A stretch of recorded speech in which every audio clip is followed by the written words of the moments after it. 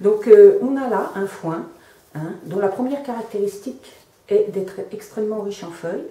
On retrouve toutes ces feuilles, elles sont bien vertes, donc elles sont bien conservées, elles sont nombreuses. Cela veut dire que ce foin sera relativement riche en substances nutritives et plutôt plus pauvre en cellulose brute, puisque la cellulose brute, ce sont des tissus de soutien qui se retrouvent essentiellement dans les tiges. On peut aussi remarquer qu'on a ici une tige qui donne une bonne estimation de la hauteur de l'herbe au moment de la coupe du foin. On retrouve aussi quelques épis, ce qui laisse à penser que c'est un foin de premier cycle et non pas un regain. Ce foin tel qu'il est là est un foin qui est bien conservé, riche en matières nutritives, relativement pauvre en fibres. C'est un foin qui sera réservé à des animaux ayant des besoins relativement importants.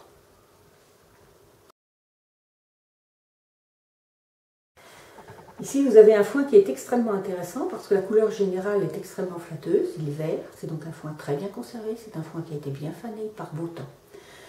Donc on pourrait penser a priori qu'on a affaire à un foin extrêmement nutritif. Or, quand vous regardez les tiges, elles sont très lignifiées, elles sont très dures. Si on appuie, on se pique. C'est donc un foin qui est très riche en cellulose et je dirais même qui doit être relativement riche en lignine. C'est donc un foin qui, malgré sa conservation qui est impeccable, malgré une fauche avec une herbe finalement qui devait être relativement basse au début, c'est un foin qui sera peu nutritif et tout en étant parfaitement sain. Ce sera donc un foin réservé à des animaux qui ne sont pas trop exigeants sur un plan nutritionnel.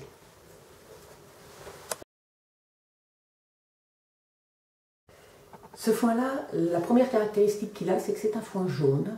Donc, a priori, on peut penser que c'est un foin qui a été mal fané ou mal conservé. Ce qui peut renforcer cette idée, c'est que vous voyez sur les tiges la présence de zones noires, voire quelquefois à certains endroits encore plus marqués. Ça amène à l'idée qu'effectivement, il y a eu une mauvaise conservation du foin. C'est un foin qui contient fort peu de feuilles. La plupart des feuilles qu'il contient étaient peut-être même mortes avant le fanage. Il contient très peu de graines.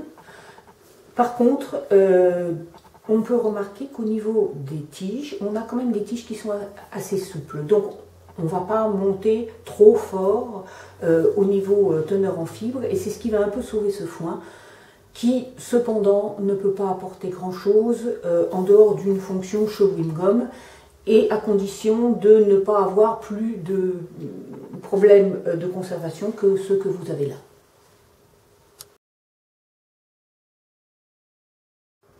Là vous avez typiquement un foin qui est un foin déjà dont il ne faudra pas attendre grand-chose au niveau nutritif, qui est un foin de premier cycle puisqu'on retrouve des épis,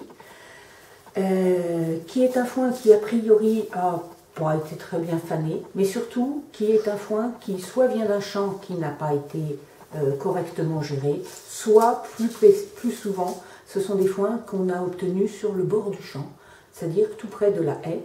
Et ce qui me fait penser ça, c'est qu'on retrouve une feuille de chêne. La présence de rumex indique que nous étions sur un sol acide.